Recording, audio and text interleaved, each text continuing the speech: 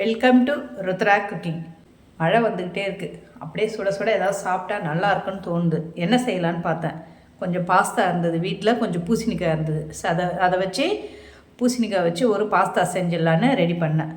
இப்போ அதை எப்படி செய்யறதுன்னு நம்ம வீடியோக்குள்ளே போய் பார்க்குறதுக்கு முன்னாடி நம்ம சேனலை மறக்காமல் சப்ஸ்கிரைப் பண்ணிக்கோங்க. சமையல் பண்ணுங்கள், ரொம்ப ரொம்ப சந்தோஷமாக இருங்க. வாங்க வீடியோக்குள்ளே போகலாம். பூசணிக்காய் வச்சு பாஸ்தா செய்ய போகிறோம். அதுக்கு நான் ஒரு பவுலில் சிகப்பு கலர் பூசணிக்காவை கட் பண்ணி வச்சுருக்கேன். பாஸ்தா 200 கிராமு, சீஸ் கொஞ்சம், முந்திரி கொஞ்சம், 1 டீஸ்பூன் மிளகுத்தூள், பூண்டு ஒரு 3 பல் பூண்டு, அதை நான் சின்ன சின்னதாக கட் பண்ணி வச்சுருக்கேன். இதை வச்சு தான் இப்போ நம்ம பாஸ்தா செய்ய போகிறோம். முதல்ல நம்ம பாஸ்தாவை வேக வச்சுக்கலாம். அதுக்கு நான் ஒரு வாணலியில் தண்ணி வச்சுருக்கேன். தேவையான அளவு உப்பு சேர்த்துக்கலாம். கொஞ்சம் பாஸ்தாவில் உப்பு சேரணும் இல்லை, அதனால் கொஞ்சம் உப்பு சேர்த்துக்கலாம். கொஞ்சம் எண்ணெயும் விட்டுக்கணும். அப்போ தான் பாஸ்தா ஒன்றோட ஒன்று ஒட்டாமல் வரும். அதனால் கொஞ்சம் எண்ணெய் சேர்த்துக்கலாம். தண்ணி இப்போ சூடாகிடுச்சு, கொதிக்குது. இப்போ இதில் நம்ம பாஸ்தாவை சேர்த்துக்கலாம். இது ஒரு 8லேருந்து 10 நிமிஷம் வேகணும்.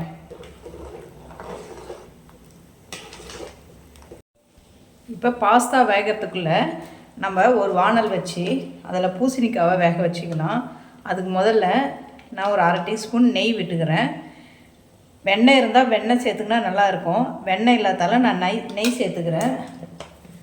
கொஞ்சம் எண்ணெயும் சேர்த்துக்கிறேன்.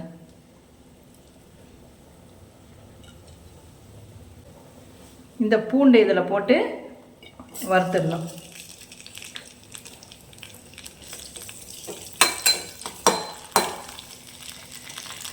அப்புறம் நம்ம கட் பண்ணி வச்சுருக்கிற பூசணிக்காவும் இதில் சேர்த்துடலாம்.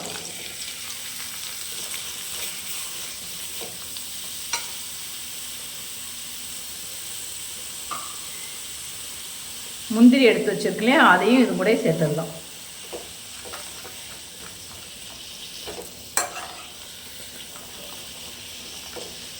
இது அப்படியே கொஞ்ச நேரம் நல்லா வதங்கட்டும். பூசணிக்காய் நல்லா வெந்துடுச்சு. இதை எடுத்து இப்படி கட் பண்ணோம்னா பாருங்கள், இது பூசணிக்காய் நல்லா வெந்துடுச்சு. இப்போ இது எல்லாமே அப்படியே கொஞ்ச நேரம் ஆறணும். 10 நிமிஷம் ஆயிடுச்சு. பாஸ்தா வெந்திருக்கான்னு பார்த்துடலாம். பாஸ்தாவும் வெந்திருக்கு. இப்போ இதை நம்ம தண்ணியெல்லாம் வடிகட்டிடலாம்.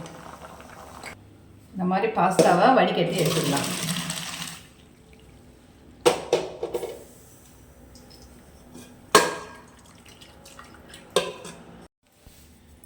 பாஸ்தா நல்லா வெந்திருக்கு. ஒன்றோட ஒட்டாமல் நல்லா உதிரியாக இருக்குது. இந்த மாதிரி இருந்தால் தான் நம்ம செய்யறதுக்கு நல்லாயிருக்கும்.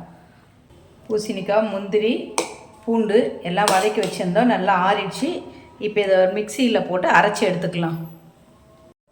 எல்லாத்தையும் இப்போ மிக்சி ஜாரில் எடுத்தாச்சு. இதை இப்போ நைஸாக அரைச்சி எடுத்துக்கலாம். இந்த மாதிரி நைஸாக பேஸ்ட் மாதிரி அரைச்சி எடுத்துக்கணும். வாணல் வச்சுருக்கேன். வாணல் சூடாகிடுச்சு. இப்போ நம்ம கொஞ்சம் இதில் நெய் சேர்த்துக்கலாம். நான் வெண்ணெய் இல்லாதால நெய் சேர்த்துக்கிறேன். நீங்கள் வெண்ணெய் வச்சுருந்தீங்கன்னா வெண்ணெயே எடுத்துக்கோங்க. நெய் உருகிடுச்சு. நம்ம அரைச்சி வச்சுருக்கிற பேஸ்ட்டை இது கூட சேர்த்துக்கலாம்.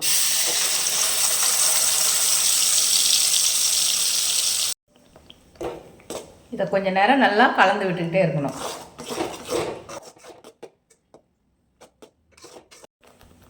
இது ஒரு 5 நிமிஷம் இப்படியே நம்ம கலந்து விட்டுக்கிட்டே நல்லா வேகணும். இது ஒரு 5 நிமிஷமாக ஆயிடுச்சு. 5 நிமிஷமாக இது நல்லா வதங்கிக்கிட்டே இருக்குது. இப்போ இந்த ஸ்டேஜில் நம்ம இதில் பாஸ்தாவை சேர்த்துக்கலாம்.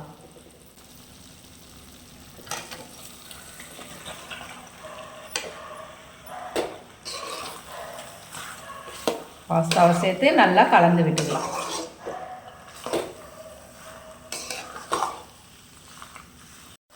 நம்ம பாஸ்தாவில் உப்பு போட்டோம், அதனால் இருந்தாலும் இதில் கொஞ்சம் உப்பு தேவைப்படும். கொஞ்சம் உப்பும் சேர்த்துக்கலாம் இது கூட. அப்புறம் சில்லி ஃப்ளேக்ஸ்ன்னு சொல்லுவாங்க. இது நான் வீட்லேயே தான் ரெடி பண்ணேன். ஒன்றும் இல்லை, காஞ்ச மிளகாவை மிக்சியில் போட்டிங்கன்னா இந்த மாதிரி பல்சாக வரும். இதை நம்ம இது கூட சேர்த்துக்கணும். காரத்துக்கு கொஞ்சம் மிளகுத்தூள். இதெல்லாம் சேர்ந்து இப்போ நம்ம இதெல்லாம் கலந்து வச்சுக்கலாம்.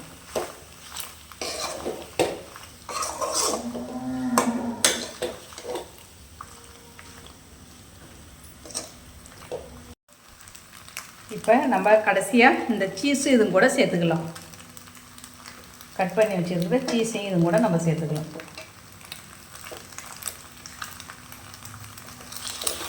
இதையும் சேர்த்து நல்லா கலந்து விட்டுக்கலாம்.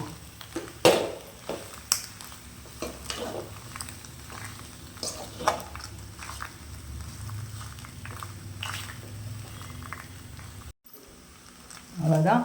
இதை இறக்கி வைக்கும்போது இது மேலே கட் பண்ணி வச்சுருக்கிற மல்லித்தழையை அப்படியே லேசாக தூவி கலந்து விட்டுக்கணும்.